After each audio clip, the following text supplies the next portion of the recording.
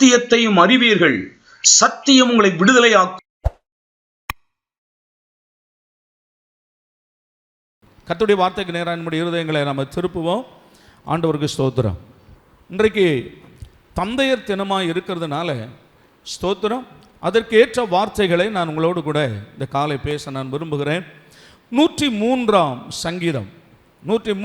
சங்கீதம் 13வது வசனத்தை நம்ம எல்லாரும் எடுத்துக்கொள்வோம். சங்கீதம் 103ஆம் சங்கீதம் 13வது வசனத்தை நம்ம எல்லாரும் எடுத்துக்கொள்வோம். எல்லாரும் சேர்ந்து வாசிக்கலாம். தகப்பன் தன் பிள்ளைகளுக்கு இறங்குகிறது போல கர்த்தர் தமக்கு பயந்தவர்களுக்கு இறங்குகிறார். தகப்பன் தன் பிள்ளைகளுக்கு இறங்குகிறது போல கர்த்தர் தமக்கு பயந்தவர்களுக்கு இறங்குகிறார். கர்த்தர் பிள்ளைகளுக்கு இறங்குவது போல இறங்குகிறாரா? ஆண்டவருக்கு ஸ்தோத்திரம். நாம் ஆராதிக்கிற ஆண்டவர் ஒரு நல்ல தகப்பன். எத்தனை பேர் நீங்கள் அதை உங்கள் வாழ்க்கையில் அதை ருசித்து கொண்டு இருக்கிறீங்க?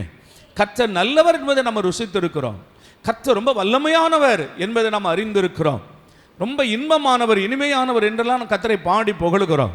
ஆனால் அதே வேளையில் முதலாவது ஆண்டவர் நம்முடைய நல்ல தகப்பன், நம்மை சிருஷ்டித்த தாயின் கருவில் உருவாக்கின ஒரு நல்ல தகப்பன் அவர். ஆண்டவருக்கு ஸ்தோத்திரம். அவரை போல ஒரு நல்ல தகப்பன் யாரும் இல்லை. அவரை போல நேசிக்கிற ஒரு நல்ல தகப்பன் யாரும் இல்லை. நமக்காக எல்லாவற்றையும் செய்ய வேண்டிய சகலவற்றையும் செய்கிற, அதனதின் காலத்தில் செய்கிற ஒரு நல்ல தகப்பன். ஆண்டவருக்கு ஸ்தோத்திரம். நமக்கு எதை செய்தாலும் நன்மைக்கு எதுவாய் செய்கிற தகப்பன் ஒரு நல்ல தகப்பன் அவர். சில காரியங்களை நமக்கு முன்பு செய்வார், சில காரியங்கள் நமக்கு கொஞ்சம் பிந்தி செய்வார். நமக்கு ஒருவேளை அது தெரியாது, ஆனால் அது சரியான நேரத்தில் ஆண்டவர் அதை செய்வார். அவர் எதை செய்தாலும் நன்மைக்கு எதுவாக செய்கிற ஒரு நல்ல தகப்பன். ஆண்டவருக்கு ஸ்தோத்திரம். அந்த தகப்பனை குறித்து இந்த காலவேளையில் சில காரியங்களை நான் உங்களோடு கூட சொல்ல விரும்புகிறேன். அவர் முதலாவது இந்த வேத வசனம் என்ன சொல்லுகிறது? இறங்குகிறது போல கர்த்தர் நமக்கு இறங்குகிறார். எப்படி இறங்குகிறாராம்? தகப்பன் தன் பிள்ளைக்கு இறங்குகிறது போல இறங்குகிறாராம். ஆண்டவருக்கு ஸ்தோத்திரம். ஒரு இரக்கமுள்ள ஒரு தகப்பனாக இருக்கிறார். ஆமென் சொல்லுங்க. ஒரு இரக்கமுள்ள தகப்பன். இதுவரைக்கும் இரக்கமுள்ள தகப்பனை பார்த்துருக்கிறீங்களா? ஆண்டவருக்கு ஸ்தோத்திரம். சில தகப்பன்மார் ரொம்ப கடினமாக இருப்பாங்க, சில தகப்பன்மார் ரொம்பவும் கண்டிப்பாக இருப்பாங்க, சில தகப்பன்மார் ஸ்தோத்திரம் அந்த பிள்ளைகள் பிறந்ததை கூட போய் எட்டி பார்க்காத தகப்பன்லாம் இருக்கிறாங்க. ஹாஸ்பிட்டலில் குழந்தை பிறந்திருக்கும், என்னன்னு போய் பார்க்காத தகப்பன்லாம் இருக்கிறாங்க. அந்த பிள்ளையினுடைய எதிர்காலத்திற்கு ஒரு துணி வாங்கி கொடுக்காத தகப்பன்லாம் இருக்கிறாங்க. ஆண்டவருக்கு ஸ்தோத்திரம். அவருக்கு தெரிந்ததெல்லாம் மதுபானமும் பிரியாணியும் தான். அவருடைய வயிறு தான் அவருக்கு தெய்வம். இப்படி வாழ்கிற பொறுப்பற்ற தகப்பன்மார்கள் எவ்வளோ பேர் இருக்கிறார்கள். அதன் நடுவில் நம்மை மிகவும் நேசிக்கிற ஒரு இரக்கமுள்ள தகப்பன் நமக்கு இருக்கிறார். அந்த தகப்பன் இதுவரைக்கும் நம்ம மேலே இரக்கமாக இருக்கிறதுனால தான் நான் இன்றும் உயிரோடு இருக்கிறோம். அவர் நம்ம மேலே இரக்கமாக இருந்ததுனால தான் நம்ம எல்லாம் ரட்சிக்கப்பட்டிருக்கிறோம். அவர் நம்மேல் இரக்கமாக இருந்ததுனால உங்கள் பெற்றோர்களை கொண்டு உங்களுக்கு அநேக நன்மைகளையும் செய்திருக்கிறார், செய்து வருகிறார், இனிமேலும் செய்வார். அந்த தகப்பன் நல்ல தகப்பன், அவர் இரக்கமுள்ள தகப்பன். ஆமென். ஆண்டவருக்கு ஸ்தோத்திரம். அவர் எப்படியெல்லாம் அந்த மக்களுக்கு அவர் இறங்குகிறார் என்பதை நீங்கள் வேதத்தில் கொஞ்சம் இருந்து கவனிங்க. ஆண்டவருக்கு ஸ்தோத்திரம். ஒரு தகப்பனுக்கு 2 பிள்ளைகள் இருந்தார்கள். நம்ம எல்லாரும் படித்த சம்பவங்கள் தான், அதை நான் கொஞ்சம் விளக்குகிறேன். ஒரு தகப்பனுக்கு 2 பிள்ளைகள் இருந்தாங்களா? லூக்கா எழுதின சுவிசேஷம் 15ஆம் அதிகாரத்தில் இது எழுதப்பட்டிருக்கிறது. லூக்கா எழுதின சுவிசேஷம் 15ஆம் அதிகாரத்தில் இது எழுதப்பட்டிருக்கிறது. நம்ம எல்லாருக்கும் பரிச்சயமான ஒரு சம்பவம். ஆண்டவருக்கு ஸ்தோத்திரம். அந்த இருப்பிடத்தை மாத்திரம் நான் சொல்லிவிடுகிறேன். 11ஆம் வசனத்திலிருந்து 32ஆம் வசனம் வரைக்கும் நீங்கள் அதை குறித்து கொள்ளுங்க. இந்த சம்பவங்கள் எல்லாம் நமக்கு தெரியும். ஆண்டவர் எப்படிப்பட்டவராய் இருக்கிறார் என்பதற்கு இந்த ஓமையை ஆண்டவர் சொல்லுகிறார். ஒரு தகப்பனுக்கு 2 பிள்ளைகள் இருந்தார்கள். அதில் இளையவன் தகப்பனை நோக்கி, தகப்பனே என்னுடைய பங்கை எனக்கு பிரித்து தாரும் என்று சொத்துக்களை பிரித்து வாங்கி கொண்டு தூர தேசத்திற்கு போய் அவன் துன்மார்க்கமாய் வாழ்ந்து எல்லாவற்றையும் என்ன செய்தானா?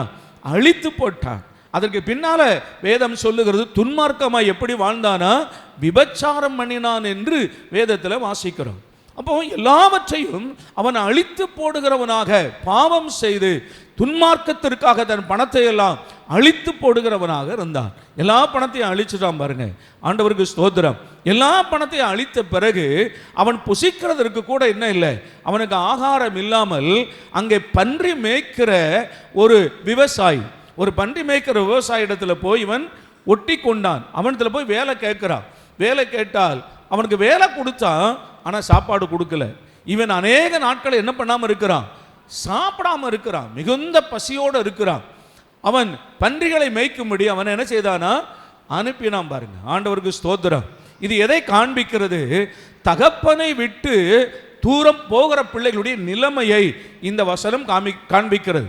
இந்த சம்பவம் நமக்கு காண்பிக்கிறது. தகப்பனை விட்டு ஒரு நாளும் நம்ம என்ன பண்ணக்கூடாது, தூர போகவே கூடாது பாருங்க. அவர் நம்மை நேசிக்கிறார், அவர் நம்ம அன்பு கூறுகிறார்.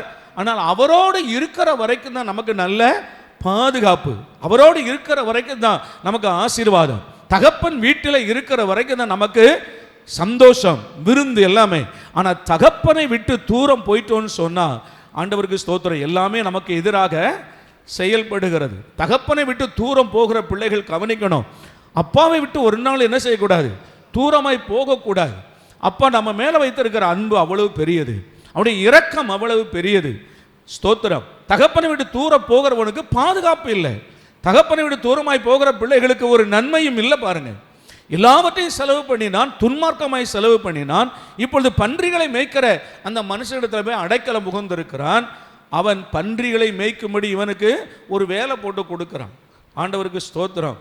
அந்த பன்றிகளை மேய்க்க போனால், ஆனால் வயிறோ பசினால துடிக்கிறது.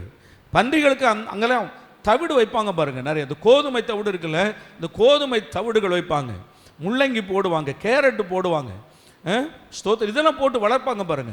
நம்ம ஊர் பண்ணி மாதிரிலாம் கிடையாது. முட்டைக்கோசில் நிறைய போடுவாங்க, இப்படி தான் வளர்ப்பாங்க பாருங்க. அது பன்றிக்கு இந்த தவிடு வைப்பாங்களாம். அப்போ இவன் பசியில் துடிக்கிறவன் நினைக்கிறான், அந்த பன்றியின் தவிட்டை கொஞ்சம் தந்தா கூட என் வயிற்று பசியை ஆற்றிக்கொள்ளலாம் அப்படின்னு நினைக்கிறான். ஒருவனும் கொடுக்கலையா. அப்பொழுதுதான் அவனுக்கு என்ன வருகிறது, புத்தி வந்ததுன்னு சொல்லுது பைபிள். ஒன்றுமே கிடைக்காத நிலைமையில, பசியினாலே மயக்கம் போட்டு விழுகிற சூழ்நிலைமையில் இருக்கிற அப்பொழுதுதான் அவனுக்கு புத்தி வந்தது. அவன் மனதில் நினைக்கிறான், என் தகப்பன் வீட்டில் எத்தனையோ வேலைக்காரர்கள் திருப்தியா சாப்பிட்றாங்க. சில பிள்ளைகளுக்கு புத்தி எப்போ வரும், அதனால தான் சொல்லுவாங்க, நீ பட்டாதான் திருந்துவான்னு தமிழில் ஒரு பழமொழி சொல்லுவாங்க பாரு, நீ பட்டாதான் திருந்துவ. சில பிள்ளைகளுக்கு சொன்னால் தெரியவே தெரியாது. நீ போகாத, அப்பாவை விட்டு போகாத, குடும்பத்தை விட்டு போகாத, நீ யாரையோ நம்பி வீட்டில் இருக்கிற பணத்தெல்லாம் எடுத்துக்கொண்டு போகாத, தெருவில் விட்டுட்டு போயிடுவாங்க. அவன் சும்மா தனி மனுஷனா போயிருப்பானா? இல்லை, எப்படியும் சில நண்பர்களோடு சேர்ந்து தான் அந்த வேலையெல்லாம் செய்திருப்பான் பாருங்க. ஏன்னா அவ்வளோ பெரிய அமௌண்ட்டை அப்பாட்டேருந்து வாங்கிட்டு போகிறான். அப்படி எப்படி சில நண்பர்களோடு தான் போயிருப்பான். அதனால தான் பெற்றோர்கள் அனுபவத்தில் சொல்கிறாங்க, நீ வேண்டாம் சின்ன பிள்ளையா இருக்கலாம், நீ சின்ன பிள்ளை, உன்னுடைய வயதிற்கு தக்க அனுபவம் இல்லாததுனால சில காரியத்தை செய்கிற. ஆனால் அவர்களோ எத்தனையோ ஆண்டுகள் உன்னை போல அவர்களும் அனுபவப்பட்டவர்கள், உன்னை போல கஷ்டப்பட்டவர்கள், தோல்வி அடைந்து ஏமாற்றப்பட்டு பல தீமைகளை அனுபவித்து இன்றைக்கு உலகம் என்றால் என்ன என்று கற்று அறிந்தவர்கள். ஆகையினால உனக்கு சொல்லுகிறார்கள், இதை நீ செய்ய வேண்டாம் என்று சொல்லுகிறார்கள். அது நமக்கு நல்லது. அப்படி சொல்லுகிறது எத்தனை பேர் நினைக்கிறீங்க நமக்கு நல்லது? ஆமாவா? அப்போ நான் சொல்லுகிறேன், ஸ்தோத்திரம், தகப்பன் தன் பிள்ளையை சுமக்கிறது போல மட்டுமல்ல, தகப்பன் தன் பிள்ளைகளுக்கு புத்தி சொல்லுகிற தகப்பனாயும் இருக்கிறார். சரி, அப்போ கவனிங்க. அப்போ தான் அவனுக்கு என்ன வருகிறதா, அவனுக்கு புத்தி வந்தது. புத்தி வந்து என் தகப்பனிடத்தில் நான் திரும்பி போவேன். அங்கே திரும்பி போ, எத்தனையோ வேலைக்காரர்கள் திருப்தியாக புசிக்கிறார்கள், சாப்பிடுகிறார்கள், நானும் இங்கு பசினாலே சாகுறேன் என்று சொல்லி அவன் எழுந்து, ஸ்தோத்திரம், நீங்கள் ஒரு விஷயம் யோசிக்கணும், அவன் எழுந்து தன் தகப்பன் வீட்டுக்கு வருகிறான். ஸ்தோத்திரம், தன் சரீரத்தில் அந்த பன்றிகளை மேய்த்த அந்த வாசனை, எத்தனையோ நாட்கள் சாப்பாடு இல்லாமல் இருக்கிறான், குளிக்காமல் இருந்திருக்கிறான், பன்றிக்குள்ளே இருந்து வருகிறான். அப்போ மனசில் ஒன்று நினச்சிட்டு வாரா, என் தகப்பனை நான் பார்த்த உடனே, தகப்பன் ஒன்னே ஒன்று நான் சொல்ல போகிறேன், தகப்பனே நான் உம்முடைய மகன் என்று சொல்லுவதற்கு நான் யாரும் இல்லை, நான் பாத்திரன் அல்ல, உமக்கு விரோதமாய் பரத்துகுறம் பாவம் செய்தேன் என்று ஒரு வேலைக்காரனாக என்னை வைத்துக் கொள்ளும் என்று அவன் வருகிறான். இதுதான் அவனுடைய மனநிலை. ஏன்னா எல்லாவற்றையும் இழந்துட்டான் பாருங்க. தகப்பன் அந்த பிள்ளைங்கிற அந்தஸ்தை இழந்துட்டான், உரிமையை இழந்துட்டான். தகப்பனிடத்தில் இருக்கிற அந்த ஸ்தோத்திரம் சுயாதீனத்தை, சுதந்திரத்தை இழந்து விட்டு இப்பொழுது ஒரு அனாதையை போல வருகிறார். அப்பொழுது இவனுடைய வருகையை தூரத்தில் இருந்து கண்ட தகப்பன் என்ன பண்றானா, எதிர்கொண்டு ஓடி போகிறான். தன் மகனுக்கு எதிர்கொண்டு ஓடி போகிறான். ஓடி போய் தன் மகனை கட்டி அணைத்தான். முதல் அவன் செய்த வேலை என்னவா, கட்டி அணைத்தான். எவ்வளோ ஒரு நல்ல தகப்பன். அல்லேலூயா. தன் பிள்ளைக்கு இறங்குகிறது போல, தன் மகனுக்கு இறங்குகிறது போல கர்த்தர் நமக்கு இறங்குகிறார். ஆண்டவருக்கு ஸ்தோத்திரம். இந்த உலகம் என்கிற உளையான சேற்றிலே, பாவம் என்கிற உளையான சேற்றிலே விழுந்து புரண்டு உலகத்தின் நாற்றத்தோடும் பாவத்தினுடைய அழுக்கோடும் நாம் தேவனிடத்தில் திரும்பினோம். ஒரு காலத்தில் ஆண்டவர் நீ பாவி என்று தள்ளிவிடவில்லை, ஆண்டவர் நீ துன்மார்க்கன் என்று நம்மை தள்ளிவிடவில்லை, உலகத்தால் கரைபட்டு வந்தவன் என்று நம்மை தள்ளிவிடவில்லை. ஆண்டவருடைய அன்பு நம்மை கட்டி அணைத்து கொண்டது. ஆண்டவருடைய அன்பு நம்மை சேர்த்து அணைத்து கொண்டது. தேவ பிள்ளையே, நம்மை அந்த ஸ்தோத்திரம் அழுக்கோடும் அசுத்தத்தோடும் நம்மை கட்டி அணைத்து கொண்ட ஒரு தெய்வம், ஒரு நல்ல தகப்பன் அவர். ஆண்டவருக்கு ஸ்தோத்திரம். அணைத்து கொண்டு அவர் சொல்லுகிறார், என் மகன் திரும்ப வந்திருக்கிறான், அவனுக்கு வேற வஸ்திரத்தை என்ன செய்யுங்க, உடுத்துங்க, வேற வஸ்திரத்தை அவனுக்கு உடுத்துங்கள், கைகளுக்கு கணையாளி மோதிரத்தை போடுங்கள், கால்களுக்கு அவனுக்கு பாதரட்சியை போடுங்கள் என்று எல்லா சுயாதீனத்தையும் உரிமைகளையும் ஆசீர்வாதத்தையும் தன் தகப்பன் தன் மகனுக்கு திரும்ப கொடுத்தார் பாருங்க. ஆண்டவருக்கு ஸ்தோத்திரம். இந்த இடத்துல நான் சொல்லுகிறேன், அவர் இறங்குகிறது மட்டுமல்ல, அவனை மன்னிக்கிற தகப்பனுமாய் இருந்தார், அவனை ஏற்றுக்கொள்ளுகிற தகப்பனாயும் இருந்தார், மறுபடியும் முந்தின அந்தஸ்தை அவனுக்கு தருகிற தகப்பனாகவும் அவர் இருந்தார். அவரை நீங்களும் நானும் ஆராதிக்கிற தேவனாய் இருக்கிறார். அல்லேலூயா. கர்த்தரை நாம் ஆராதிக்க வரும்போது கட்டாயப்படுத்தி நம்ம பாடக்கூடாது. யாரும் நம்ம கட்டாயப்படுத்தி கைத்தட்டுங்க, கட்டாயப்படுத்தி பாடுங்கள் என்று நம்ம பாட வைக்க கூடாது. அது பாட வைக்கவும் முடியாது. ஆண்டவருக்கு ஸ்தோத்திரம். சொல்கிற நேரத்தில் ஒருவேளை பாடுற மாதிரி பாடுவாங்க, கரங்களை தட்டுவாங்க, ஆனால் அடுத்த நேரம் உடனே அவர்களுக்குள்ளே ஒரு மன சோர்வுகள் வந்துவிடும். ஆண்டவருக்கு ஸ்தோத்திரம். ஆனால் கர்த்தரை நாம பாடுகிறதுக்கும் ஆராதிக்கிறதுக்கும் இருக்கிற ஒரே ஒரு காரியம், என் தேவன் அன்புள்ளவர், அந்த அன்பின் தகப்பனை நான் பாடுகிறேன். அவர் எனக்காக யாவையும் செய்திருக்கிறார். கல்வாரி சிலுவையில் எனக்காக கடைசி சொட்டு இரத்தத்தையும் சிந்தி இருக்கிறார். பரலோகத்தை விட்டு தூதர்களின் கோடான கோடி தூதர்களின் ஆராதனையை விட்டு இந்த பூமிக்கு எனக்காக மனுஷனானார். எனக்காக அவர் ஸ்தோத்திரம், அவர் நீசனாய் மாறினார், அடிமையின் ரூபமானார். அந்த தெய்வத்தை நான் ஆராதிக்காமல் என்னால் இருக்க முடியுமோ? அவரை நான் பலவீனத்தோடு ஆராதிப்பேனோ, பலவீனத்தோடு நான் பாடுவேனோ? என் முழு பலத்தோடு என் தேவனாகிய கர்த்தரை நான் பாடுவேன். அல்லேலூயா. ஆண்டவருக்கு ஸ்தோத்திரம். நான் விசுவாசியாக இருந்த காலத்தில், நான் பலிபீடத்தில் நின்று சொல்லுகிறேன், நான் விசுவாசியாக இருந்த காலத்தில் ஆலயத்திற்குள் போய் என் ஆத்துமாவை கர்த்தரை ஸ்தோத்திரம் போடும் வரைக்கும் முழங்காலில் நின்று, எழும்ப சொல்கிற நேரம் மட்டும் எழும்பி நிற்பேனே தவிர வெளியில் வருகிற வரைக்கும் நான் முழங்காலையே நின்று ஸ்தோத்திரம். பிரசங்கம் எடுக்கும்போது கூட அந்த சப்பானி முழங்காலை போட்டு எழுதிக்கிட்டு இருப்பேன். அவ்வளோ ஆண்டவர் மேல் அந்த அன்பும் நேசமும் இன்றைக்கு வரைக்கும் இருக்கிறது. ஆண்டவருக்கு ஸ்தோத்திரம். கைகளை தட்டி ஆண்டவரை பாடினால் சில ஆட்கள் என் மேலே கொஞ்சம் ஒரு மாதிரி பொறாமையை பார்ப்பாங்க. ஏன்னு கேட்டால் பாட்டு ஒழுங்காக பாட தெரியாது. அவங்க இப்போ தான் ஆரம்பித்து ஒரு சரணம் போயிருந்தால் நான் ரெண்டாவது சரணத்துக்கு போயிருப்பேன். அவ்வளோ ஸ்பீடு, உள்ளே இருக்கிற ஆவியானுடைய வேகம் அந்த மாதிரி இருந்தது. ஏன்னா கரங்கள்லாம் தட்டுனா முறைப்படி இருக்காது. இன்றைக்கி நம்ம சில பிள்ளைகளை பார்த்து சொல்கிறோம், சரியாக கரெக்டாக கை தட்டுங்க. ஒரு காலத்தில் நாம் பண்ண தப்பு இதே தான். ஆண்டவருக்கு ஸ்தோத்திரம். ஆனால் ஹை ஸ்பீடில் போகும். கையெல்லாம் நீங்கள் வெளியில் பார்த்தீங்கன்னா வெளியே போகும்போது ரத்தமாக இருக்கும். ஆண்டவருக்கு ஸ்தோத்திரம். அல்லேலூயா. இதெல்லாம் கட்டாயப்படுத்தி நான் பாடினதே இல்லை. யாரையும் என்னை கட்டாயப்படுத்தி கை தட்டலை, கட்டாயப்படுத்தி பாடலை. தேவன் மேல் இருந்த அன்பினால் பாடுகிறது. அப்போ ஆண்டவர் எனக்காக இத்தனை காரியங்களை என் தேவன் எனக்காக செய்திருக்கிறார். அவர் எப்படிப்பட்டவர்? என் மேல் இரக்கம் உள்ள ஒரு தகப்பன். ஆண்டவருக்கு ஸ்தோத்திரம். ஒரு ஸ்திரியை விபச்சாரத்தில் கையும் களவுமாய் பிடிக்கிறாங்க. அந்த ஸ்திரியை கையும் களவுமாய் பிடித்து அன்றைக்கு இருந்ததான் நியாயப்பிரமாணத்தின்படி அவளுக்கு மரண தண்டனை கொடுக்கப்பட வேண்டும் என்று மோசே நியாயப்பிரமாணத்தில் எழுதப்பட்டு இருக்கிறது.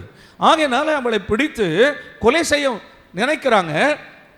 ஆனால் இவர் என்ன சொல்லுகிறார் என்று இயேசுவிடத்தில் கொண்டு வர்றாங்க. இயேசுவிடத்தில் கொண்டு வந்து நியாயப்பிரமாணத்தின்படி இவள் கொலை செய்யப்பட வேண்டும் என்றால் இவர் இரக்கம் இல்லாதவர் என்று இவர் மேலே குற்றம் சாட்டலாம். சரி, இவர் மன்னிச்சிட்டார்னு சொன்னா நியாயப்பிரமாணத்தை கை கொள்ளாதவர் என்று இவர் மேலே குற்றம் சாட்டலாம் என்று இயேசுவிடத்தில் இவர்கள் கொண்டு வந்தாங்க. பாருங்க, ஆண்டவருக்கு ஸ்தோத்திரம். நூற்றுக்கணக்கான பேர் கையில் கல்லோட வந்திருக்கிறாங்க. அப்போ ஆண்டவர் சொன்னார், அந்த அந்த வந்திருக்கிற ஆட்களை பார்த்து சொல்லுகிறார், உங்களில் பாவம் இல்லாத இருக்கிறவன் எவனோ அவன் முதலாவது கல்லை இவள் மேல் எரிய கடவன் என்று சொன்ன உடனே, ஏன்னா இவர் இந்த வார்த்தை சொல்லுவார் என்று அவர்கள் எதிர்பார்த்திருக்கவே மாட்டான். ஆண்டவருக்கு ஸ்தோத்திரம். ஏன்னா அவங்க வந்த எண்ணம் வேறு. ஆண்டவர் சொல்லுகிறார், உன் நினைவுகள் என் நினைவுகள் அல்ல. அப்போ இதை சொன்ன உடனே அவனுடைய மனசாட்சி எல்லாம் அவனோட பேசுது. உங்களில் பாவம் இல்லாத இருக்கிறவன் எவனோ அவள் முதலாவது கல்லை அவள் மேல் எரிய கடவன் அப்படின்னு சொன்ன எல்லாருடைய மனசாட்சியும் சொல்லுகிறது, நான் பாவம் செய்திருக்கிறேன், ஏதோ ஒரு வகையில் நான் என்ன பண்ணியிருக்கிறேன், குற்றம் பண்ணி இருக்கிறேன், பாவம் செய்திருக்கிறேன் என்று அவனுடைய மனசாட்சி அவனை குற்றப்படுத்தின உடனே தன் கையில் இருக்கிற கற்களை எல்லாம் போட்டுவிட்டு அவர்கள் போயிட்டாங்க. பாருங்க, ஸ்தோத்திரம். இவர் என்ன சொல்ல போகிறார் நீ கூட நிக்கல, எல்லாரும் போயிட்டாங்க. அப்போ ஆண்டவர் அந்த ஸ்திரியை பார்த்து கேட்டார், உன்னை நியாயந்திருக்கும்படி வந்தவர்கள் எல்லாரும் எங்கே? அவ சொன்னா, எல்லாரும் போயிட்டாங்க ஆண்டவரே. சோதரம், ஆண்டவர் சொன்னார், நானும் உன்னை நியாயம் தீர்க்கவில்லை, நியாயம் தீர்க்க தகுதியானவர் அவர் மாத்திரமே. ஆண்டவருக்கு ஸ்தோத்திரம். அவ சொன்ன, நானும் உன்னை நியாயம் தீர்க்கிறதில்லை, நீ போ, இனி பாவம் செய்யாதே. அவள் மேல் இரக்கம் உள்ள தெய்வனாய் இருந்து அவளை மன்னித்தார். ஆமென். அத்தனை ஒரு இரக்கம் உள்ள ஒரு தகப்பனை நாம் ஆராதிக்கிறோம். ஆண்டவருக்கு ஸ்தோத்திரம். இன்னொரு காரியத்தை இங்க கவனிங்க, இன்னொரு சம்பவத்தை நான் சொல்றேன். லூக்கா எழுதின சுவிசேஷம் 10ஆம் அதிகாரத்தில் ஒரு சம்பவம் வருகிறது. ஆண்டவர் அங்கே ஒரு சம்பவத்தை சொல்லுகிறார். ஒரு மனுஷன் எருசலேமில் இருந்து அவன் எரிகோவுக்கு என்ன செய்தான்? போகிறான். எருசலேமில் இருந்து எரிகோவுக்கு போகிறான். அவன் எருசலேமில் இருந்துட்டு ஏன் சொல்லுகிறார் என்றால், எருசலேமில் இருக்கிறவர்கள் எல்லாரும் யூதர்கள், இஸ்ரவேலர்கள். அதை மென்ஷன் பண்ணி தான் சொல்றார். ஒரு யூதன் இல்லைன்னா ஒரு இஸ்ரவேலன் எருசலேமில் இருந்து எங்க போகிறான்? எரிகோவுக்கு போகிறான். அன்றைக்கு அந்த எரிகோ என்பது வியாபார ஸ்தலம். வியாபாரத்திற்காக பொருட்களை வாங்குவதற்கு வியாபாரிகள் அடிக்கடி இவர்கள் எரிகோவுக்கு போவாங்களாம். பாருங்க, எரிகோவுக்கு கழுதையில் பிரயாணப்படுவார்கள். மிகுதியான பணத்தோடு போவாங்க. வியாபாரம் வாங்குறதுக்கு, பொருட்களை வாங்குறதுக்கு பணத்தோடு போவாங்களாம். பாருங்க, அப்போ அப்படி போய் கொண்டு இருக்கும்போது வழியில் கள்ளர்கள் இருப்பாங்களாம். வழியில் சில மலை பாங்கான இடங்களில் நீங்கள் எருசலேம் எடுத்துக்கோனா இன்றைக்கு வரைக்கும் அது எதுதான், நிறைய மலைகள் இருக்கிறதான ஒரு இடங்கள், பாலைவனங்கள் இருக்கும், மலைகள் இருக்கும். அப்போ அந்த மலைகள் இதில் ஒளிச்சிருப்பாங்களாம். பாருங்க, அந்த கள்ளர்கள் போய் அந்த மனுஷனை பிடித்து அவனிடத்திலிருந்து எல்லா பணத்தையும் எடுத்துக்கொண்டு அவன் வஸ்திரங்களையும் உரிந்து கொண்டு அவனை அடித்து காயப்படுத்தி குற்றுயிராய் விட்டு போனார்கள். நிர்வாணமாக கிடக்கிறான். உயிர் போகிற நிலைமையில் ஒரு வனாந்தரமான இடத்துல கிடக்கிறான். அந்த வழியாய் வேதம் சொல்லுகிறது ஒரு ஆசாரியன் வந்தான். ஒரு ஆசாரியன் என்றால் அதே எருசலேமின் தேவாலயத்தில் ஆராதனை நடத்துகிற ஒரு ஆசாரியன் வருகிறான். இந்த மனுஷனுடைய பாவ மன்னிப்புக்காக பலி செலுத்துகிற ஒரு ஆசாரியன் வருகிறான். அந்த ஆசாரியன் இந்த அடிபட்டு கிடக்கிற மனுஷனை கண்டான். ஆண்டவருக்கு ஸ்தோத்திரம். நான் நினைக்கிற ஒருவேளை அந்த அடிபட்டு கிடக்கிற மனுஷன் என்ன எண்ணி இருப்பான் அவனை பார்த்த உடனே? ஏன்னா என்ன சாகல, அவன் என்ன எண்ணி இருப்பான்? இவன் ஆசாரியன், ஸ்தோத்திரம், கர்த்தருடைய ஊழியத்தை செய்கிறவன், ஜனங்களுக்கெல்லாம் தகப்பனா இருக்கிறவன், இவன் எப்படியாவது எனக்கு இரக்கம் செய்வான் என்று எண்ணியிருக்க கூடும். ஆனால் அவன் கண்டு பக்கமாய் விலகி போனான். நீங்க இதுதான் உலகம் என்பதை நீங்க சரியா புரிந்து கொள்ளுங்க. இதுதான் உலகம். இவர் நமக்கு உதவி செய்வார், இவர் எப்படியாவது நமக்கு இறங்குவார், இவர் நமக்கு சொந்தக்காரர். இன்னைக்கு அப்பா இல்லை, அப்பாவுக்கு பதிலாக இருக்கிறார்கள் இவர் நம்முடைய நெருங்கினவர்கள், நமக்கு உதவி செய்வார்கள், இந்த உலகம் நமக்கு உதவி செய்யும், இவர்கள் நமக்கு நண்பர்கள் என்று நம்ம எண்ணுவோமானால், ஆண்டவருக்கு ஸ்தோத்திரம், யாரிடத்திலிருந்து உதவி கிடைக்கும் நம்ம நினைக்கிறோமோ அவர்கள் நமக்கு உதவி செய்யாமல் போகக்கூடும். ஆண்டவருக்கு ஸ்தோத்திரம். ஒரு எக்ஸாம்பிளுக்கு தான் சொல்றேன், உதவி கிடைக்காமல் போகக்கூடும். ஆனால் ஸ்தோத்திரம், ஒருவர் நமக்கு இருக்கிறார். அல்லேலூயாவா. அடுத்தது ஒரு லேவியன் ஒருவன் வருகிறார் என்று அடுத்த வார்த்தை சொல்லுது. லேவியன் வருகிறார். ஏன்னா இந்த லேவியர்கள் தான் அடுத்தது ஆசாரியர்களாக ஆக போகிறவர்கள். அங்கிருந்து இருக்கிற லேவியர்கள் இதுதான் அசிஸ்டன்ட் பாஷன் கூட சொல்லலாம் இல்லையா. அவரும் கண்டு பக்கமாய் விலகி போனான். அவனும் அந்த அடிபட்டு கிடக்கிற மனுஷனுக்கு என்ன பண்ணல, இறங்கல, இரக்கம் இல்லை. ஏன்னா நீங்க வேதத்தில் வாசிங்கன்னா அங்கே அடிபட்டு கிடக்கிறவன் குற்றுயிராய் கிடக்கிறார், ரத்தம் ஸ்தோத்திரம் வடிந்து கொண்டிருக்கிறான். அவனை கண்டு இவர்கள் இரக்கம் செய்யவில்லை. ஆனா ஒருவேளை இந்த ஆசாரியனோ லேவியனோ என்ன நினைத்திருக்கலாம் என்றால், ஒருவேளை பலிபீடத்தில் ஊழியம் செய்கிற ஆசாரியன் ஒரு அடிபட்டு கிடக்கிற மனுஷனை போய் தொட்டால், ஒருவேளை அவன் செத்து போனான், ஆனால் தீட்டு என்று எண்ணி விலகி போயிருக்கலாம். ஆண்டவருக்கு ஸ்தோத்திரம், அல்லேலூயா. ஆனால் கர்த்தர் ஒரு இடத்துல ஆண்டவர் சொல்லுகிறார், பலியை பார்க்கிலும் இரக்கம். அவன் சொல்லுங்க, பலியை பார்க்கிலும் இரக்கம். பலியை, சர்வாங்க தகன பலிகளை பார்க்கிலும் இரக்கம் செய்வதே எனக்கு பிடிக்கும்னு சொல்றார். ஆண்டவருக்கு ஸ்தோத்திரம். அப்புறம் போயிட்டான் பாருங்க. இப்ப அந்த வழியாய் சம்பந்தமே இல்லாத ஒரு சமாரியன் ஒருவன் வருகிறான். ஒரு சமாரியன் வருகிறான். சமாரியன் என்று ஏன் அதை வேதம் அவன் பேரை சொல்லி ஊர் பேரை சொல்லி ஏன் சொல்லுகிறது? சமாரியன் இந்த அடிபட்டு கிடக்கிற மனுஷனுக்கு அந்நியன். அடிபட்டு கிடக்கிறதான இந்த இஸ்ரவேலனுக்கு தீட்டாக எண்ணப்படுகிறவன், அருவருப்பாக எண்ணப்படுகிறவன், அவன் ஒரு அந்நியன் பாருங்க. ஆனால் அந்த சமாரியன் அவனை கண்டவுடனே வேதம் சொல்லுகிறது, அவன் மேல் மனது உருகினான். அல்லேலூயாவா. அவன் மேல் மனது உருகினான். அவன் மேல் மனது உருகி அவன் கிட்ட போய், அப்படின்னு பைபிள் சொல்லுது. அந்த வார்த்தையை பார்த்தீங்கன்னா அவன் கிட்ட போய். ஏன்னா அன்றைக்கு அவர்கள் தூரமாய் விலகி போனார்கள். நம்முடைய பக்கத்தில் வந்தால் கூட ஏதோ கஷ்டத்தில் இருக்கிறாங்க, கடன் கேட்பாங்க என்று விலகி போகிற ஆட்கள் உண்டு. ஆனால் இவன் அருகாமையில கிட்ட போகிறான். போய் அவன் உயிரோடு இருக்கிறான் என்பதை கண்டு அவனுக்கு அவனுடைய காயங்களில எண்ணெயும் திராட்சை ரசமும் வார்த்தான். இவைகள் காயங்களுக்கு போடுகிற மருந்து பாருங்க. எண்ணெயும் திராட்சை ரசமும் காயங்களுக்கு போடுவாங்களாம். நான் சொல்லுற இந்த கால வேளையில், தேவ பிள்ளையே, உன் காயங்களை ஆற்றுகிற ஒருவர் நம் மத்தியில் உனக்காய் ரத்தம் சிந்தி இருக்கிறார். அவர் இன்றைக்கு உனக்கு திராட்சை ரசம் அல்ல, சொந்த இரத்தத்தை உன் காயங்களிலே ஆண்டவர் ஊற்றுகிறவராய், உன் காயங்களை ஆற பண்ணுகிறவராய். ஸ்தோத்திரம். மனிதருடைய வார்த்தையினாலே நம்முடைய இருதயங்களை காயப்படுத்தினவர்கள் அநேகர்.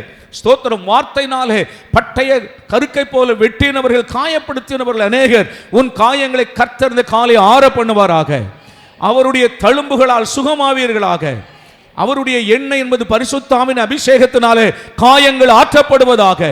கர்த்தர் உங்களுக்கு சுகத்தையும் ஆண்டவர் உங்களுக்கு ஆரோக்கியத்தையும் கட்டளையிடுவாராக. ஆண்டவருக்கு ஸ்தோத்திரம். அவனுடைய காயங்களிலே அவன் போய் அந்த திராட்சரசத்தை எண்ணெயும் வார்த்து அவனை தூக்கி கொண்டு வந்து தன் சுய வாகனத்தில் அவனை ஏற்றினான் பாருங்க. ஏன்னா அவன் வந்த கல்லை கொண்டு போயிட்டான். அவன் வந்த வாகனத்தை கல்லை எடுத்துட்டு போயிட்டான் பாருங்க. இப்பொழுது இவன் வந்த வாகனத்தில் தூக்கி அவனை வைத்து, நான் சொல்ல உட்கார்ந்து இருப்பானா தெரியலங்க, எப்படி கொண்டு போனான்னு தெரியாது. அவனை உட்கார வச்சு கொண்டு போயிருக்க முடியாது. குற்றுயிராய் கிடக்கிறான். படுக்க தான் போட்டிருக்கணும். அவன் அப்படியே படுக்க போட்டிருந்தால் இவன் கழுதையில ஏறி உட்கார இடம் இருக்குமான்னு கேட்டால் கிடையாது. அவனை கழுதையில படுக்க வைத்து இவன் அதை நடத்தி கொண்டு போனான். எது வரைக்கும்? சத்திரம் வரைக்கும். சொல்லுங்க அல்லேலூயா. இந்த சத்திரம் என்பது என்ன? அந்த நாட்கள் ஆட்கள் பிரயாணம் போகும்போது அவர்கள் போய் இளைப்பாறுகிற ஒரு இடம். நல்லா கவனிங்க. இந்த பாவம் நிறைந்த இந்த உலகத்தில் இருந்து நம்ம எல்லாரும் பரலோகத்துக்கு பிரயாணம் பண்ணுகிறோம். கர்த்தர் நமக்கு ஒரு சத்திரத்தை போல நமக்கு சபையை தேவன் தந்திருக்கிறார். இந்த சபை தான் இந்த உலகத்தில் நமக்கு இளைப்பாறுகிற ஒரு இடம், நமக்கு ஆறுதலும் சமாதானத்தை தருகிற ஒரு இடம் சபை. சத்திரத்தில் கொண்டு போய் சேர்த்து விட்டு 2 பணத்தை எடுத்து என்ன பண்ணானா? அவன் கையில் கொடுத்து, இவனை பராமரித்துக்கொள், நீ ஏதாயிலும் அதிகமாய் செலவு பண்ணினால் நான் திரும்ப வரும்போது அதை நான் உனக்கு செலுத்துவேன். அல்லேலூயா சொல்லுங்க, அல்லேலூயா. ஆண்டவருக்கு ஸ்தோத்திரம். இவனுடைய பராமரிப்புக்காய் கொடுத்தவன் மட்டுமல்ல, இன்னும் நான் அவனுக்காக நீ அதிகமாய் செலவு பண்ணினால் நான் திரும்ப வரும்போது நான் உனக்கு தருகிறேன் என்று ஆண்டவர் சொல்லி போனார். அந்த சமாரியன் சொல்லி போனானா, அதனால தான் இன்றைக்கி அந்த நல்ல சமாரியன் என்று இன்றைக்கு வரைக்கும் ஆயிரம் மக்கள் அவனை குறித்து பிரசங்கம் பண்ணுகிறாங்க. ஆயிரம் மக்கள் இந்த சமாரியனை குறித்து அவன் ஒரு நல்ல தகப்பனாக இன்றைக்கு வரைக்கும் சொல்கிறாங்க. அல்லேலூயா சொல்லுங்க. தகப்பன் தன் பிள்ளைக்கு இறங்குகிறது போல கர்த்தர் நமக்கு என்ன செய்கிறார்? இறங்குகிறார். ஆண்டவருக்கு ஸ்தோத்திரம். ஒரு இரக்கத்தில் ஐஸ்வர்யம் உள்ள, ஒரு இரக்கமுள்ள ஒரு தகப்பனாக அவர் இருக்கிறார் என்பதை நம்ம காண்கிறோம். மன்னிக்கிற தகப்பன் மாத்திரமல்ல, இறங்குகிற தகப்பனாக இருக்கிறார். ஸ்தோத்திரம். சேர்த்து கொள்ளுகிற தகப்பனாக அவர் இருக்கிறார். இன்னொரு முக்கியமான ஒரு வார்த்தையை வாசிக்கலாமா? மத்திய எழுதின சுவிசேஷம் 7ஆம் அதிகாரம் 7 முதல் 11 வசனங்களை நம்ம எல்லாரும் வாசிப்போம். மத்திய எழுதின சுவிசேஷம் 7ஆம் அதிகாரம், ஸ்தோத்திரம், 7வது வசனத்திலிருந்து 11வது வசனம் வரைக்கும் ஆண்டவருடைய பிள்ளைகள் நம்ம எல்லாரும் கவனிங்கள். நான் வாசிக்கிறேன். கேளுங்கள், அப்பொழுது உங்களுக்கு கொடுக்கப்படும், தேடுங்கள், அப்பொழுது கண்டடைவீர்கள், தட்டுங்கள், அப்பொழுது உங்களுக்கு திறக்கப்படும். ஏனென்றால் கேட்கிறவன் எவனும் பெற்றுக்கொள்ளுகிறான், தேடுகிறவன் கண்டடைகிறான், தட்டுகிறவனுக்கு திறக்கப்படும். உங்களில் எந்த மனுஷனானாலும், அந்த இடத்துல வந்து கவனிங்க, உங்களுக்கு எந்த மனுஷனானாலும் தன்னிடத்தில் அப்பத்தை கேட்கிற மகனுக்கு கல்லை கொடுப்பானா? மீனை கேட்டால் அவனுக்கு பாம்பை கொடுப்பானா? ஆகையால் பொல்லாதவர்களாகி நீங்கள் உங்கள் பிள்ளைகளுக்கு நல்ல ஈவுகளை கொடுக்க அறிந்திருக்கும் போது பரலோகத்தில் இருக்கிற உங்கள் பிதா தம்மிடத்தில் வேண்டிக் கொள்ளுகிறவர்களுக்கு நன்மையானவைகளை கொடுப்பது அதிக நிச்சயம் அல்லவா? இங்கே ஒரு அருமையான ஒரு ஸ்தோத்திரம், ஒரு சம்பவத்தை போல ஆண்டவர் இங்கே விளக்குகிறார். ஆண்டவருக்கு ஸ்தோத்திரம். இந்த தந்தையர் தினத்தில் நாம் நம்முடைய தேவனை குறித்து நம்ம அறிய வேண்டும். அவருங்க சொல்லுகிறார், ஒரு தகப்பன் இடத்துல தன் மகன் எனக்கு அப்பம் வேண்டும்னு கேட்டா அவனுக்கு அப்பத்திற்கு பதிலாக கல்லை கொடுப்பானா? முட்டையை கேட்டால் தேளை கொடுப்பானா? மீனை கேட்டால் பாம்பை கொடுப்பானா? இப்போ நீங்க நல்லா கவனிக்கணும். ஐயோ எனக்கு ஆண்டவர் தீமை செய்துட்டார் அப்படின்னு யாராவது சொல்ல முடியுமா? சில தீமைகளை நாமவே தெரிந்து கொண்டோமே தவிர கர்த்தர் ஒரு நாள் நமக்கு என்ன செய்யலை? அவர் தீமை செய்யவே இல்லை. சில தீமைகள் வேதம் சொல்லுகிறது அவனவன் தன் சுய இச்சையினாலே சிக்குண்டு அதில் அவன் மாட்டிக்கொள்கிறான். நாம போய் சில தவறுகளை தெரிந்து கொள்கிறோமே தவிர, நாம சில பாவத்தில் விழுந்து சிக்குண்டு போகிறோமே தவிர, ஆண்டவர் நமக்கு என்ன செய்யலை? ஒருபோதும் அவர் நமக்கு தவறு செய்யவே இல்லை. ஆண்டவர் ஒருபோதும் நமக்கு குறைவு செய்யவே இல்லை. எந்த தகப்பனும் உலகத்தில் செய்ய மாட்டான். ஆனால் உலக பிரகாரமாக இருக்கிற தகப்பன் அப்படி சொல்ல முடியாது. ஏனென்றால் இங்கே ஆண்டவர் சொல்லுகிறார், உலகத்தில் இருக்கிற தகப்பனை அப்படி செய்ய மாட்டான்பா அப்படின்னு சொல்கிறார். அல்லேலூயாவா. உலகத்தில் இருக்கிற தகப்பனை என்ன செய்ய மாட்டான்? அப்படி செய்ய மாட்டானே. நீ அப்பத்தை கேட்ட கல்லை கொடுப்பானா? உலகத்தில் இருக்கிற தகப்பனை செய்ய மாட்டான். நான் உனக்கு எப்படி தருவேன்? இல்லையே சொல்லுங்க. அப்போ நாம் ஆராதிக்கிற ஆண்டவர் ஒரு நல்ல தகப்பன். அவர் சொல்லுகிறார், அவர் நன்மையானதை கொடுப்பது அதிக நிச்சயம் அல்லவா? இந்த காலை ஆராதனைக்கு வந்திருக்கிற, இந்த ஃபாதர்ஸ் டே ஆராதனைக்கு வந்திருக்கிற அருமையான பிள்ளைகளுக்கு சொல்லுகிறேன், அவர் நன்மையானதை தருகிற ஒரு நல்ல தகப்பன், பெஸ்ட்டை தருகிற நல்ல தகப்பன். நன்மையானதுன்னா என்ன? இருக்கிறதுல பெஸ்ட்டை தருகிற ஒரு நல்ல தகப்பன். நீங்க நல்லா புரிந்து கொள்ளுங்க. இந்த உலகத்தில் வாழ்கிற காலத்திலும் சரி, இந்த உலகத்தை விட்டு மறுமைக்கு போகும்போதும் சரி, கர்த்தர் நமக்கு நல்லதை வைத்திருக்கிறார், நல்லதை தருவார். ஆமாவா இல்லையா? ஸ்தோத்திரம். காணவர் திருமண வீட்டில் கொஞ்சம் கவனிங்க. திராட்சை ரசம் குறைந்து விட்டது. இப்போ ஆண்டவர் தண்ணீரை திராட்சை ரசமாய் கொடுத்து அனுப்புகிறார், மாற்றி அனுப்புகிறார். அதை ருசி பார்த்ததான அந்த ஸ்தோத்திரம், அது யாரு? பந்தி பரிமாறுகிறவன் இல்லையா? பந்தி பரிமாறுகிறவன். இப்போ நீங்கள் கல்யாண வீட்டு அந்த என்னது அது மண்டபத்துக்கெல்லாம் போனீங்கன்னா யூனிஃபார்ம் போட்டு பரிமாற ஆட்கள் இருப்பாங்க பாருங்க. பரிமாற ஆட்கள் இருப்பாங்க. அவங்க சிலதை வந்து சாம்பாரில் உப்பு இருக்குதா இல்லை சில காரியங்களை செக் பண்ணுறாங்க.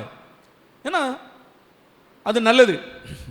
அப்போ அந்த பந்தி பரிமாறுகிறவன் திராட்சை ரசம் இல்லை, இப்போ மறுபடி திராட்சை ரசம் வருது, அதை அவன் டேஸ்ட் பார்க்குறான்.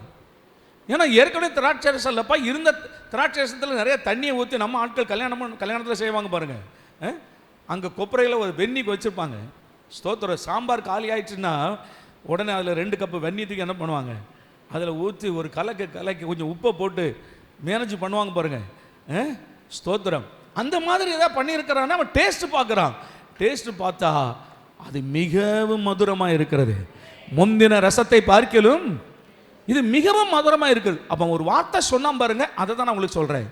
எந்த மனுஷனோ முன்பு சுவையானதை கொடுத்து விட்டு திருப்தியான பிறகு சுவை குறைந்ததை கொடுப்பான், நீரோ நல்ல ரசத்தை இதுவரைக்கு வைத்திருந்தீரே. நான் இந்த நாளிலே சொல்லுகிறேன், கர்த்தர் இதுவரைக்கு உனக்கு செய்ததை விட மிக அதிகமான நன்மையை செய்ய போகிறார். நன்மையை செய்ய போகிறார். அல்லேலூயா. இனி வரும் நாட்களில் நான் சொல்லுகிற இந்த நல்ல தகப்பன் உனக்கு இன்னும் அதிகமான நன்மைகளை உனக்கு செய்ய போகிறார். அவர் சொல்லுகிறார், நன்மையானவைகளை கொடுப்பது அதிக நிச்சயம் அல்லவா? அவர் நன்மையானவர்களை கொடுப்பார். எத்தனை நம்புறீங்க? அல்லேலூயாவா. நீங்க இந்த நான் சொல்லுகிற வார்த்தையை நீங்கள் எத்தனை பேர் ஆமேன் என்று உள் வாங்குகிறீர்களோ அதில் தான் உங்களுக்கு அது விளைச்சல் வரும். ஆமேன். ஆண்டவர் பேசுகிற வார்த்தைகளை விதைக்கு ஒப்பிட்டு சொல்ற. இந்த விதை நல்ல இருதயத்தில் விழுந்தாலும் கூட சிலது எல்லாமே 100 மடங்கு பலன் கொடுத்துன்னு சொல்லலை, சிலது 30. இதுதான் அவருடைய விசுவாசம் பாருங்க. நீங்க கேட்கிறவர்கள் எந்த அளவில் விசுவாசிக்கிறீங்க, உங்க இருதயத்துக்குள்ள அந்த வேத வசனம் விழுந்து நீங்க அதை ஏற்றுக்கொள்ளுகிறீர்களோ அது அத்தனையா பலன் கொடுக்குது. நான் பேசும்போது நீங்க ஆமேன்னு சொல்லி அதை ஏற்றுக்கொண்டால் அது அத்தனையா உங்களுக்கு பலன் தரும். நான் சொல்லுகிறேன், இந்த தகப்பன் நமக்கு ஒருபோதும் தீமை செய்யாத தகப்பன். ரொம்ப அருமையா சொல்ற, பொல்லாதவர்கள் கூட செய்ய மாட்டாங்கப்பா. அல்லேலூயாவா. பொல்லாதவர்கள் கூட செய்ய மாட்டாங்க. ஆனால் நான் நல்ல தகப்பன், நான் உனக்கு நன்மை செய்வேங்கிறார். கர்த்தருக்கு ஸ்தோத்திரம். என் அன்பு பிள்ளைகள் எல்லாருக்கும் சொல்றேன், கர்த்தர் உங்களுக்கு நல்ல நன்மையான எதிர்காலத்தை தருவார். ஆண்டவருக்கு ஸ்தோத்திரம். நீயாக போய் என்ன பண்ணாத, நன்மையாய் தெரிகிறதுல போய் விழாத. ஸ்தோத்திரம். ஏன்னா இந்த உலகம் ஒரு மாயை அப்படின்னு சொல்லுது. நீங்க வாலிபர் கூட்டத்தில் இன்னைக்கு நிறைய விஷயங்களை நான் உங்களுக்கு சொல்றேன். இவைகள் ஒரு மாயை. மாயைனா என்ன? ஸ்தோத்திரம் சொல்லுங்களேன். மாயைனா என்ன? நீங்க அந்த சின்ன பிள்ளைகள் இந்த இந்த ஒரு சோப்பு தண்ணி மாதிரி வச்சு அந்த காற்றுல ஊதுவாங்க பார்த்தீங்கன்னா முட்டை முட்டையாக போகுமே, அந்த அந்த முட்டையை பார்த்தீங்கன்னா அப்படியே கலராக ஜொலிக்கும். பார்த்துருக்குறீங்களா? அப்படியே இந்த வானவில்ல இருக்கிற கலர் மாதிரி வரும். ஆனால் அழகாக இருக்கும், ரொம்ப அற்புதமாக இருக்கும். ஆனால் அது ஒரிஜினலாக ஸ்தோத்திரம் ஒரு கண்ணை மூடி முழிக்கிறதுக்குள்ள எல்லாமே இல்லாமல் போயிடும். மாயை. அல்லேலூயா. இன்னைக்கு உன் கண்ணுக்கு எது ரொம்ப பிரியமா இருக்கிறதோ அதுதான் மாயை. நீ உன் கண்களுக்கு பிரியமா தெரியும். பைபிள்ல எல்லாம் சொல்லப்பட்டிருக்கு. அவள் என் கண்ணுக்கு பிரியமானவள். யார் சொன்னது? சிம்சோன் சொல்லுகிறான், அவள் என் கண்ணுக்கு ரொம்ப பிரியமா இருக்கிறா, அதனால நான் அவளை கல்யாணம் பண்ணணுங்கிறான். ஆண்டவருக்கு ஸ்தோத்திரம். தாய் தகப்பன் சொல்றாங்க, வேண்டாம்ப்பா, விருத்த சேதனம் இல்லாத அந்நிய ஜாதி நமக்கு வேண்டாம். கடவுள் நமக்கு ஒரு சந்ததியை தந்திருக்கிறார், நம்முடைய ஜனம் இருக்கிறாங்க, தேவனுடைய பிள்ளைகள் இருக்கிறாங்க. அல்லேலூயாவா. அது நமக்கு வேண்டாங்கிறான். கேட்கலவன். இன்னைக்கு உனக்கு நீ கண்ணுக்கு பிரியமா இருந்த உடனே இப்ப நீ பார்க்கறதுக்கு அழகா இருக்கிறான். சில பிள்ளைகளை பார்த்தீங்கன்னா எப்ப பார்த்தாலும் கண் அங்கே தான் இருக்கும். ஆண்டவருக்கு ஸ்தோத்திரம். கடைசியில் பார்த்தா சிம்சோனின் கண்ணை என்ன பண்ணாங்களா சொல்லுங்க? கண்ணை நமக்கு அப்படி தோணும், ஆனால் செய்ய முடியாது. ஏன்னா அப்படியே அங்கே தான் பார்க்கும். அப்படியே கண்ணு பார்த்துக்கிட்டே இருக்கும். நமக்கு தெரியும் இது எங்கே தான் பார்க்குதுன்னு தெரியும். கண்ணை நோண்டணும் போல தெரியும். ஆண்டவருக்கு ஸ்தோத்திரம். அல்லேலூயாவா. நீ எதுக்கு நீயா உன்னை செலக்ட் பண்ணாத. நீ பார்க்கறதுக்கு அழகா இருக்கிற மாதிரி போய் பண்ணாத. ஏன்னா அவனுடைய இருதயம் என்னன்னு உனக்கு தெரியுமா? அவன் இருதயம் எப்படின்னு உனக்கு தெரியுமா? தெரியாது. ஆண்டவருக்கு ஸ்தோத்திரம். அதனால பைபிள் சொல்லுது, மனுஷன் முகத்தை பார்க்கிறான், தேவனோ அது அவருக்கு தான் தெரியும். ஏன்னா உன்னிடத்தில் காண்பிக்கிற முகம் வேறு, உங்கள்கிட்ட பேசும்போது அன்பே ஆருயிரே, நீ தான் நான் தான் நீ, எல்லாம் நம்ம, நீ இல்லைன்னா நான் இல்லை அப்படின்னு எல்லாம் சொல்லுவாங்க. ஆண்டவருக்கு ஸ்தோத்திரம். ஆனால் அதற்கு பின்பு நீ அடைய போகிற பாடுகள் இருக்கிறதே, அவன் குடிகாரனா இருப்பான், துன்மார்க்கனா இருப்பான், உங்ககிட்ட சொன்ன மாதிரி இன்னும் எத்தனை பெண்கள்கிட்ட சொல்லியிருப்பான், பையன்கிட்ட சொல்லியிருப்பான். வேண்டாம், கர்த்தருக்கு ஸ்தோத்திரம். நீ கர்த்தருக்கு காத்திரு, அவர் உனக்கு நன்மை செய்வார். அவரை போல உனக்கு நன்மை செய்கிறவர் எவரும் இல்லை. அல்லேலூயாவா. சரி, ஆகையினால இந்த நல்ல தகப்பன் சொல்றார், அவர் நன்மையானவைகளை கொடுப்பது அதிக நிச்சயம் அல்லவா. அவர் கொடுத்தார்னா அது நன்மையா இருக்கும். ஓகேவா. அல்லேலூயா. ஸ்தோத்திர. கடைசியா நான் ஒரே ஒரு 2 காரியத்தை மட்டும் வேகமாக சொல்லிட்டு முடிச்சிடுறேன். 2 காரியம் மட்டும். ஸ்தோத்திரம். 1 யோவான் 2ஆம் அதிகாரம் வாசிங்க. 1 யோவான் 2ஆம் அதிகாரம் முதல் வசனம். 1 யோவான் 2:1. சீக்கிரம் போடு மக்களே. என் பிள்ளைகளே, நீங்கள் பாவம் செய்யாதபடிக்கு இவைகளை உங்களுக்கு எழுதுகிறேன். ஒருவன் பாவம் செய்வானானால் நீதிபரராய் இருக்கிற இயேசு கிறிஸ்து நமக்காக பிதாவினிடத்தில் பரிந்து பேசுகிறவராய் இருக்கிறார். ஸ்தோத்திரம்.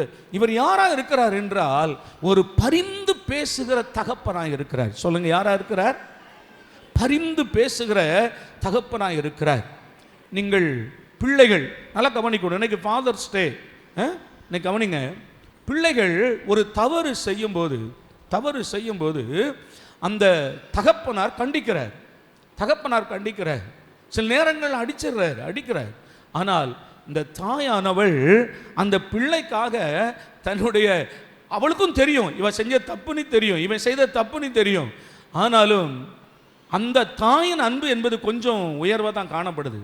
அவளை போய் பரிந்து பேசுகிற, வேண்டாம் அடிக்காதீங்க சோதரன், அடுத்த தடவை நல்ல மார்க் எடுத்துருவான், அந்த கெட்ட பழக்கத்தை விட்டுருவான், கெட்ட நண்பனை விட்டுருவான், அடிக்காதீங்க என்றவள் பரிந்து பேசுகிறவளாய் இருக்கிறது போல தகப்பன் சொல்றார், நமக்காக அவர் பரிந்து பேசுகிறாராம். பைபிள்ல இருந்து ஒன்று சொல்றேன். ஆண்டவருக்கு ஸ்தோத்திரம். அவர் எப்படி நமக்காக தேவன் பரிந்து பேசுகிறார் அப்படின்னா, ஒரு தோட்டத்தில் ஒரு அத்திமரத்தை நட்டு இருந்தான். அந்த அத்திமரம் 3 வருஷமா கனியை தேடுகிறான், கனி இல்லை. அப்பொழுது தோட்டக்காரன் சொல்லுகிறான், இந்த வெட்டி போடுப்பா, ஏன் இது இடத்தை கெடுத்து கொண்டு இருக்கிறது, இது கனியும் கொடுக்க மாட்டேங்கிறது, வெட்டி போடு என்று எஜமான் சொல்லும்போது அந்த தோட்டக்காரன் போய் சொல்லுகிறான், தோட்டத்தை பராமரிக்கிறவன் போய் சொல்லுகிறானா, ஆண்டவரே எஜமானே, இந்த வருஷத்திலும் அது இருக்கட்டும், கனி கொடுத்தால் பார்க்கலாம். ஸ்தோத்திரம். நான் அதற்கு கொத்தி எரு போடுகிறேன், கனி கொடுத்தால் பார்க்கலாம், இல்லாவிட்டால் அதை வெட்டி போடலாம். அல்லேலூயா. பரிந்து பேசுகிற ஒரு தகப்பன் சொல்லுகிறார், என் ஊழியக்காரனை கொண்டு நான் மறுபடியும் பேசுகிறேன், என் ஊழியக்காரனை கொண்டு அவனோடு அவளோடு நான் மறுபடியும் நான் புத்தி சொல்லுகிறேன், அவன் திருந்தட்டும் என்று நான் சொல்லுகிறேன், அவன் மதுபானத்தை விட்டு கெட்ட பழக்கத்தை விட்டு திருந்தட்டும் என்று இன்றைக்கு நான் அவனுக்கு புத்தி சொல்லுகிறேன். ஆண்டவரே, அவன் மனம் திரும்பிடுவான், பாவத்தை விட்டுருவான், கெட்ட பழக்க வழக்கங்களை விட்டு விடுவான், தன் மனைவிக்கு விரோதமாய் செய்கிற துரோகத்தை விட்டு விடுவான், புருஷனுக்கு விரோதமாய் செய்கிற துரோகத்தை விட்டு விடுவான். நான் பேசுறேன், மனம் திரும்பினால் பார்க்கலாம், இந்த வருஷமும் இருக்கட்டும். பரிந்து பேசுகிற ஒரு தகப்பனாய் இருக்கிறார். அல்லேலூயா. கடைசியா ஒரே ஒரு காரியத்தை சொல்லிடட்டுமா?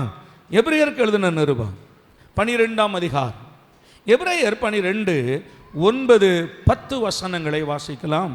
எபிரேயர் 12ஆம் அதிகாரம் 9-10. அன்றியும் நம்முடைய சரீரத்தின் தகப்பன்மார்கள் நம்மை சிட்சிக்கும் போது அவர்களுக்கு நாம் அஞ்சி நடந்திருக்க நாம் பிழைக்கத்தக்கதாக ஆவிகளின் பிதாவுக்கு வெகு அதிகமாய் அடங்கி நடக்க வேண்டும் அல்லவா?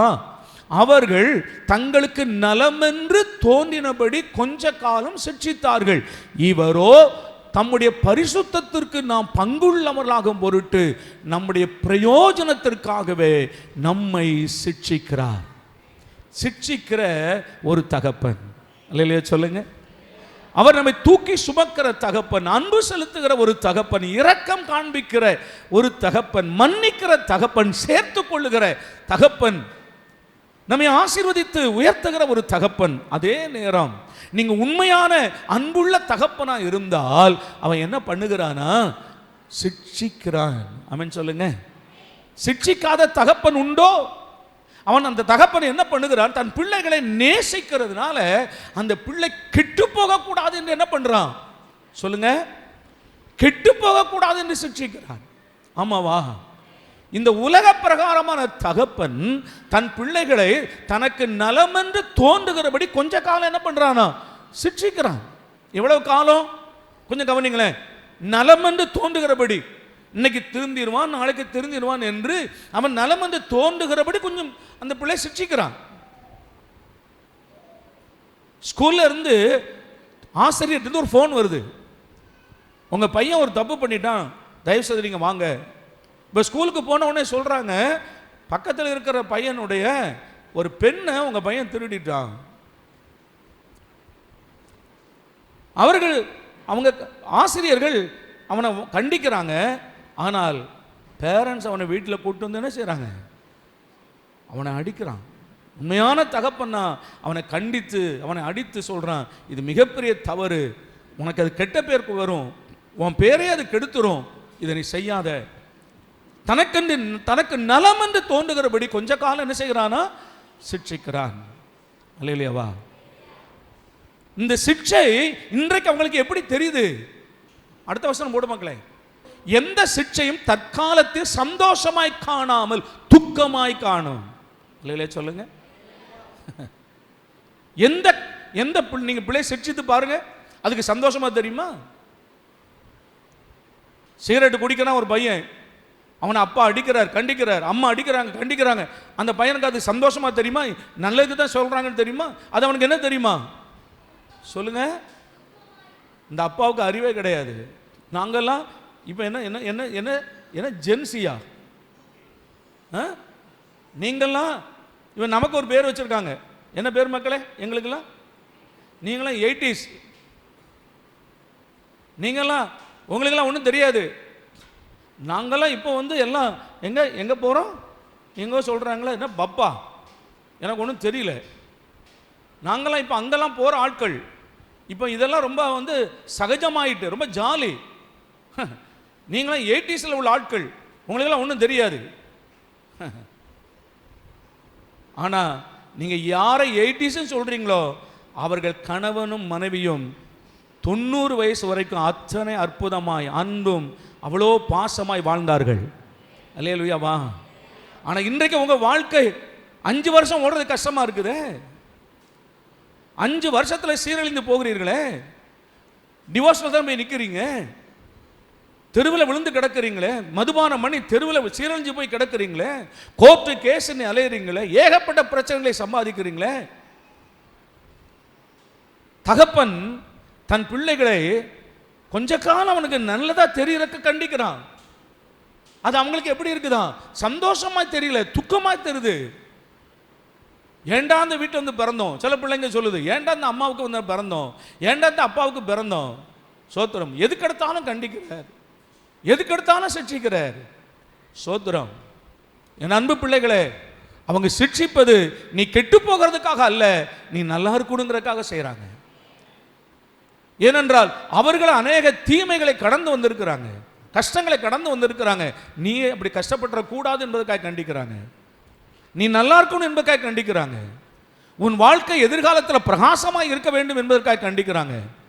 ஆண்டவருக்கு ஸ்தோத்திரம். அப்போ இந்த தகப்பனை குறித்து கடைசி என்ன சொல்லுதுன்னா, சிக்ஷிக்கிற தகப்பனா இருக்கிறார். எதற்காக சிக்ஷிக்கிறார்? அவருடைய பரிசுத்தத்திற்கு பங்குள்ளவர்களாகும் பொருட்டு நம்ம சிக்ஷிக்கிறார். உலகத்தில் எந்த மனிதனாலும் தெய்வத்தால் கொடுக்க முடியாத ஒன்று பரிசுத்தம். பரிசுத்தம் இல்லாமல் தேவனை ஒருவனும் தரிசிப்பதில்லை. நீ பரலோகத்துக்குள் போக முடியாது. அது ஒரு விலையேறப்பட்ட பொக்கிஷம், உனக்கு ஜீவனை தருகிற ஒன்று. நீ பரலோக ராஜ்யத்தில் போக வேண்டுமானால் அதற்கு ஒரே வழி, நல்லா கவனிங்க, நீ பரலோகத்துக்குள்ள நுழையணும்னு சொன்னா நீ ஏதோ பிரயாணம் பண்ணுகிறதுனால அல்ல, பாத யாத்திரை போகிறதுனால அல்ல, ஸ்தோத்திரம், உன்னை வருத்திக் கொள்வதனால அல்ல, தான தர்மம் செய்கிறதுனால அல்ல. நீ பரலோகத்துக்குள்ள போகணும்னா ஒரே ஒரு வழி, நீ பரிசுத்தமாகணும். நீ பரிசுத்தமாகிறதற்காக இயேசு கல்வாரி சிலுவையிலே தன் ஜீவனை கொடுத்தார்.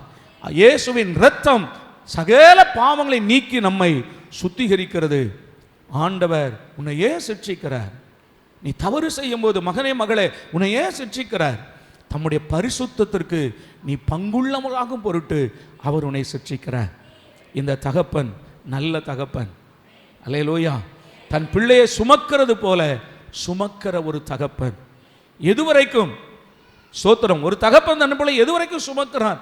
அது ஒரு சிறு பிள்ளையா, ஒரு 2 வயசு 3 வயசு இருக்கிற பிள்ளைகளை அம்மா சின்ன பிள்ளையா இருக்கும்போது இடுப்பில் எடுப்பாங்க. அப்போ கொஞ்சம் பெரிய பிள்ளை ஆயிடுச்சுன்னா அப்புறம் அம்மாவால் தூக்கி சுமக்க முடியாது, அப்பாட்ட கொடுத்துருவாங்க பாருங்க, தூக்கி தோளில் வச்சுட்டு போவாங்க. அல்லேலூயாவா. இன்றைக்கு நமக்கு நிறைய வண்டிகள், வாகனங்கள், வசதிகள் வந்து விட்டது. ஆனால் ஒரு காலத்தில் பிரயாணம் போகும்போதெல்லாம் அந்த தகப்பன்மார் தோளில் தான் அந்த பிள்ளைகள் சுமந்து கொண்டு போகிறதை நான் பார்த்துருக்கேன், நான் செய்திருக்கிறேன். அவங்கள கிலோமீட்டர் தூக்கிட்டு போவாங்கங்க, மைல் கணக்கில் தூக்கி சுமந்து தோல் வச்சு கொண்டு போவாங்க. ஆண்டவருக்கு ஸ்தோத்திரம். அது பாரமாக நினைக்கிறது இல்லை, அதை பாரமாக நினைக்கிறது இல்லை. கண்ணே மணின்னு கொஞ்சிட்டே போகிறாங்க. அல்லேலூயாவா.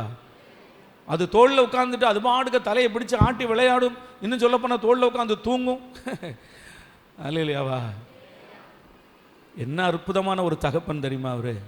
சுமக்கிற ஒரு தேவன்.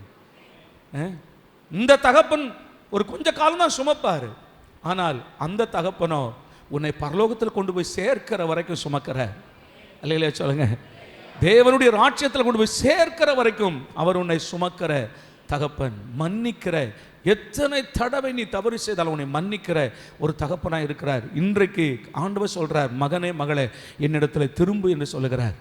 நீ செய்கிற அந்த பாவ பழக்க வழக்கங்களை விட்டு நீ திரும்பு, நான் உன்னை மன்னிக்கிறவராக இருக்கிறேன், உனக்கு இரக்கம் செய்கிற தகப்பனாக இருக்கிறேன், உன்னை சேர்த்து கொள்ளுகிற தகப்பனாக நான் இருக்கிறேன், நன்மையானதை கொடுக்கிற தகப்பனாக இருக்கிறேன்.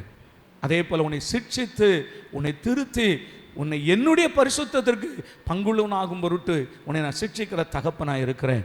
அல்லேலூயா. ஒரு நல்ல தகப்பனுக்காய் கர்த்தருக்கு ஸ்தோத்திரம். எல்லாரும் எழும்பி நிற்கலாமா? கரங்களை உயர்த்தி, எல்லா பிள்ளைகளும் கரங்களை உயர்த்தி, உன்னுடைய இருதயத்தில் அவர் ஒரு நல்ல தகப்பனாய், என்னை நேசிக்கிற ஒரு நல்ல தகப்பன், என்னை தாயின் கருவில் உருவாக்கின ஒரு நல்ல தகப்பன், எனக்காக யாவற்றையும் செய்து முடித்த ஒரு நல்ல தகப்பன், தோள் மீது என்னை சுமக்கிற ஒரு நல்ல தகப்பன், முதிர் வயது வரை கொண்டு சுமக்கிற, அந்திய காலம் உன்னால் நடக்க முடியாத காலத்தில் கூட அவர் மகனே மகளே உன்னை தோளில் சுமந்து கொண்டு போகிற ஒரு தகப்பனாய் இருக்கிறார். அவரை போல ஒரு நல்ல தகப்பன் ஒருவரும் இல்லை. அவர் தன் பிள்ளைகளுக்கு இறங்குகிறது போல கர்த்தர் நமக்கு இறங்குகிறார். அவர் உனக்கு இறங்குகிற தகப்பன், அவர் இரக்கமுள்ள தகப்பன். மகனே மகளே, உனக்காக எத்தனையோ தடவை உண்மையில் இறங்குகிறார். ஒரு கண்ணும் உனக்கு இறங்காதிருந்த போது அவருடைய கண்களில் நமக்கு இரக்கம் கிடைத்தது. அவருடைய கண்களில் இரக்கம் கிடைத்ததுனாலே தான் இன்றைக்கு நம்முடைய சபையில் வந்து உட்கார்ந்து இருக்கிறோம். அவருடைய கண்களில் இரக்கம் கிடைத்ததுனால தான் இன்னைக்கு நாம ரட்சிக்கப்பட்டு இருக்கிறோம். ஜீவ புஸ்தகத்திலே நாமம் எழுதப்பட்டு இருக்கிறது. அவருடைய கண்களில் இரக்கம் கிடைத்தது. அவர் நல்ல இரக்கத்தில் ஐஸ்வர்யமுள்ள ஒரு இரக்கமுள்ள தகப்பனாக இருக்கிறார், மன்னிக்கிற தகப்பனாக இருக்கிறார், சேர்த்து கொள்ளுகிற தகப்பனாக இருக்கிறார். நம்மை ஸ்தோத்திரம் புறம்பே தள்ளிவிடவில்லை. அவரை விட்டு தூரே போன போதும் அவர் நம்மை தள்ளிவிடவில்லை. அவரே நம்மை சேர்த்து கொண்டார். மகனே மகளே, அவருடைய வீட்டிலே நம்மை சேர்த்து கொண்டார், அவருடைய ராஜ்யத்திலே சேர்த்து கொண்டார். உன்னை ஒருபோது கைவிடாத ஒரு தகப்பன் மாத்திரம் அல்ல, உனக்கு நல்ல ஈவை தருகிற ஒரு தகப்பன். ஒரு அற்புதமான ஈவை, உலகத்தில் எது பெஸ்டோ அதை உனக்கு தருகிற ஒரு தகப்பன். கரங்களை உயர்த்தி அதற்காக நன்றி சொல்லுங்க. ஆண்டவரே, நன்மையானவைகளை கொடுப்பது அதிக நிச்சயம் அல்லவா என்று சொன்னீங்களப்பா. நீர் ஒருபோது எனக்கு கல்லை தரமாட்டீர் ஆண்டவரே, தேளை தரமாட்டீர் ஆண்டவரே, விஷம் உள்ளதை தரமாட்டீர் ஆண்டவரே, எனக்கு நன்மையானதை மட்டுமே தருவீரப்பா. கரங்களை தட்டி அப்பாவுக்கு நன்றி சொல்லுங்க பார்க்கலாம். நல்ல கையை தட்டி, ஆண்டவரே நன்மையானதை மட்டுமே தருகிற தகப்பனப்பா.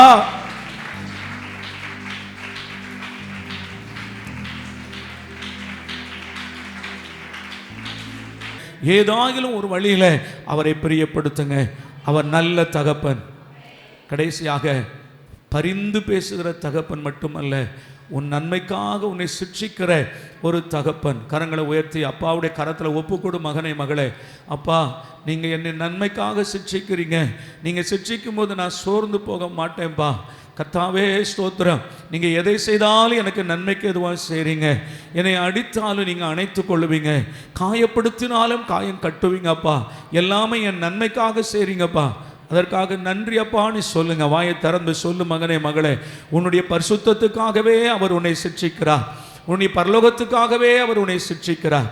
நல்ல தகப்பனே, இந்த நல்ல நாளுக்காக கர்த்தரை துதிக்கிறோம்ப்பா.